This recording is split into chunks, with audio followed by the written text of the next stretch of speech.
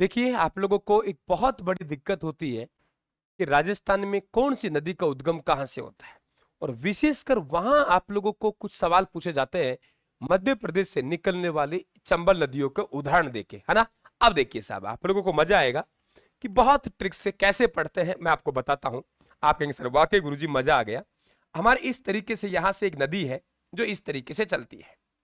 ये नदी यहां इस तरीके चलती है और यहाँ पे एक नदी है हमारी यमुना। यमुना में जाके ये नदी यहां मिल जाती है। यहाँ पे एक नदी है हमारे पास और उस नदी का नाम है यमुना। ये यमुना नदी है, ये रही, है ना।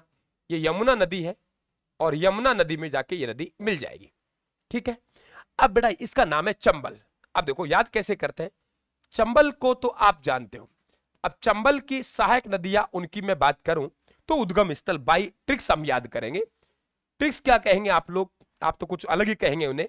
यहां हमारी एक नदी है, ये रही, और यहां सवाल बनते हैं। एक नदी हमारी ये रही बाबू, एक नदी बाबू हमारी ये रही, एक नदी ये रही और एक नदी ये रही, है ना। इन्हें आप लोगों को याद करना। और देखिए मैं आपको इधर बताता हूं, बहुत मजा आएगा आप लोगों को इस क्लास में। एक नदी हमारी ये रही, एक नदी बाबू ये रही हमारी, एक नदी ये रही और एक नदी इस तरीके से यहां इस तरीके से आ जाएगी, है ना। अब बन गया जाल। इसे कहते हैं वृक्षाकार जाल। चंबल व चंबल की जो नदियां हैं वो किस तरीके से बहती हैं, उनका अपुहा तंत्र कैसा है, तो आप लोग कहेंगे सर उनका अपुहा तंत्र वृक्षाकार आकृति का है। कैसा है?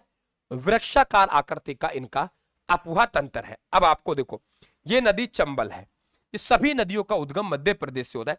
चंबल को जानते हैं तो हम लिख देंगे सर जाना पावा की पहाड़ियां, है ना। जानते हैं ना आप लोग, तो जाना पावा की पहाड़ियां, जाना पावा की पहाड़ियों से चंबल नदी का उद्गम होता है। चंबल को जानते हैं इसलिए आपने कह दी जाना पावा की पहाड़ियां। ये नदी है बेटा, इसका नाम है आहू नदी। और आऊ आऊ कहां सासरा में आऊं क्या, आऊ आऊ कहां सासरा में आऊं क्या, तो ध्यान रखना एक जगह है हमारी सुसनेर, और ये सुसनेर कहां है? मध्य प्रदेश। तो आऊ आऊ कहां सासरा में आऊं क्या, आऊ आऊ कहां सासरा में आऊं क्या, तो सुसनेर मध्य प्रदेश से आहू नदी का उद्गम होता है और गागरोन झालावाड़ में जाके ये काली सिंध में मिल जाती है। यहां गागरोन का दुर्ग है जो राज्य का सबसे बड़ा जल दुर्ग बना हुआ है झालावाड़ में। ये नदी काली सिंध है। अब हम लोग कहेंगे देखो लड़की देखने के लिए गए, है ना, तो लड़की क्या है? काली है। वैसे तो काली गोरा है, लेकिन यहाँ काले लोग हैं नाराज मत हो ना, कहीं सुन रहे हो तो नाराज हो जाए ना, तो ध्यान रखें आप लोग। यहाँ पे आप लोग ये काली है, तो ये काली है, मैं ड्रामा कर रहा हूं बस। काली है, देवास लड़की देखने गया। कौन गया? देवास। देवास ने कहा तू काली है तो बगल में बैठ जा, मैं तेरे से शादी नहीं करूंगा। तो ये बागली गांव, देवास बागली गांव से काली सिंध नदी का उद्गम होता है। कहां से बेटा? देवास गांव। देवास देवास बागली गांव से काली सिंध का क्या होता है? उद्गम होता है। देवास बागली गांव से हमने क्या कहा? देवास ने कहा काली है तो बगल में बैठ जा, देवास ने कहा काली है तो बगल में बैठ जा, देवास ने कहा काली है तो बगल में बैठ जा, देवास ने कहा काली है तो बगल में बैठ जा, देवास ने कहा काली है तो बगल में बैठ जा। अब कहेंगे गुरुजी अगर गोरी हुई तो कोई दिक्कत नहीं, गोरी हुई तो भाई जवाई आएगा। जवाई नदी पढ़ते ना आप लोग, जवाई, जवाई आएगा पालकी में बैठा के ले जाएगा। गोरी है तो जवाई आएगा पालकी में बैठा के ले जाएगा। यानी गोरिया गांव, गोरिया गांव कौन सा गांव बेटा?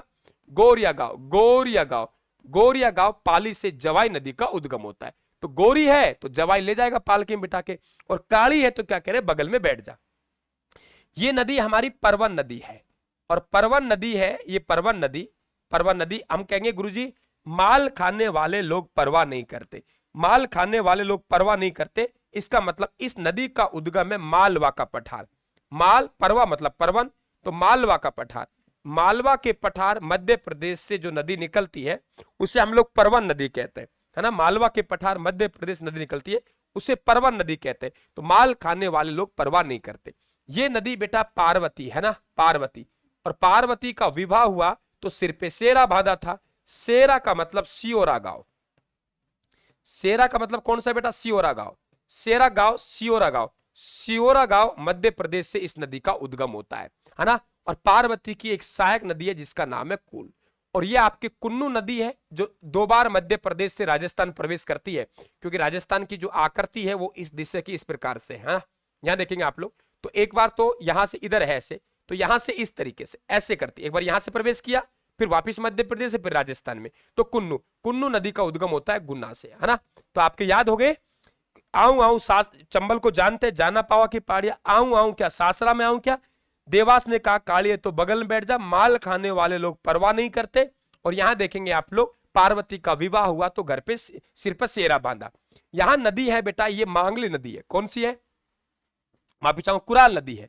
इस नदी का नाम कुराल नदी है। इधर से मिल रही है अभी ये चंबल में ना कुराल, वो उधर से मिलने वाली है चंबल में। ये मेज नदी है। कौन सी है, मेज नदी। ये कौन सी है बेटा, मेज नदी। ये मेज नदी है। कौन सी है, मेज नदी। मेज नदी, और ये मेज की सहायक है, जिसे मांगली नदी कहेंगे। क्या कहेंगे, मांगली नदी। क्या कहेंगे, मांगली नदी कहेंगे ना। और ध्यान रखना, मांगली नदी के किनारे बूंदी में भीमलत जलप्रपात है। मांगली नदी के किनारे बूंदी में भीमलत जलप्रपात है। कौन सा है, भीमलत जलप्रपात। तो मेज नदी, मेज नदी का उद्गम भी भीलवाड़ा से, है ना। तीनों का, मांगली का, मेज का, भीलवाड़ा से, कुराल का, तीनों का उद्गम कहां से हो रहा है, भीलवाड़ा से हो रहा है। तीनों का उद्गम कहां से हो रहा है, भीलवाड़ा से हो रहा है। यहां बात करेंगे तो मेज का उद्गम भीलवाड़ा से, यहां बात करेंगे मांगली का उद्गम भीलवाड़ा से, हम यहां बात करेंगे कुराल का उद्गम भीलवाड़ा से। तो मेज, मेज की बात करें, मांगली की बात करें, कुराल की बात करें, तो मेज का उद्गम कहां से हो रहा है, भीलवाड़ा से। मांगली का उद्गम कहां से हो रहा है, भीलवाड़ा से। और कुराल का उद्गम कहां से हो रहा है, भीलवाड़ा से। ये मेज है बूंदी जिले की सीमा पर, कहां, बिल्कुल बूंदी की सीमा पर। ये आपके कुराल है, ये भी बूंदी की सीमा पर, चंबल पे मिल जाएगी। तो यहां भीमलत जलप्रपात, मेज भीलवाड़ा बूंदी, मांगली भीलवाड़ा बूंदी, कुराल भीलवाड़ा बूंदी, है ना। लेकिन ये ध्यान रखना, मांगली किसकी सहायक है, मेज की सहायक है। और यहां से इधर से बनास से अलग से पढ़ेंगे हम लोग, बनास नदी। बनास नदी का उद्गम होता है वो खमनोर से होता है। कहां से होता है, खमनोर से। और यहां हमारा ये रामेश्वर धाम है सवाई माधोपुर, जहां पे जाके सीप नदी के साथ त्रिवेणी संगम बनाती है।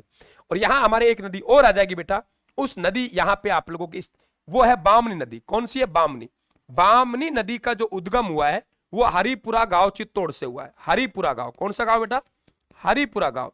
हरिपुरा गांव, हरिपुरा गांव चित्तौड़ से बामनी नदी का उद्गम हुआ है। और यहां पे ये ध्यान रखें, एक चूलिया जलप्रपात, कौन जलप्रपात, चूलिया जलप्रपात, जिसकी ऊंचाई 18 मीटर है, वो यहां बनता है बहसरोडगढ़ में। और यहीं पर आपके बहसरोडगढ़ अभ्यारण्य भी स्थित है। तो मेरे हिसाब से 5 मिनट का समय लिया है, लेकिन बेहतर जानकारी साथियों आप लोगों को दी है मैंने यहाँ पे, क्योंकि वो मिलान कीजिए, सम्मिलित कीजिए, कहां इसका उद्गम है, कहां इसका अंत है, इस प्रकार का सवाल बनते हैं। हमें फॉलो करें, चैनल को सब्सक्राइब करें, लाइव क्लास का भी आनंद लें। शाम को 8 बजे से आप लोगों के साथियों 9:15 बजे तक, और फिर 9:30 से 11, 11:30 बजे तक। और दिन में आप लोगों को ये बहुत शानदार एंटीबायोटिक मिली रही है। थैंक यू, धन्यवाद, राम राम साहब।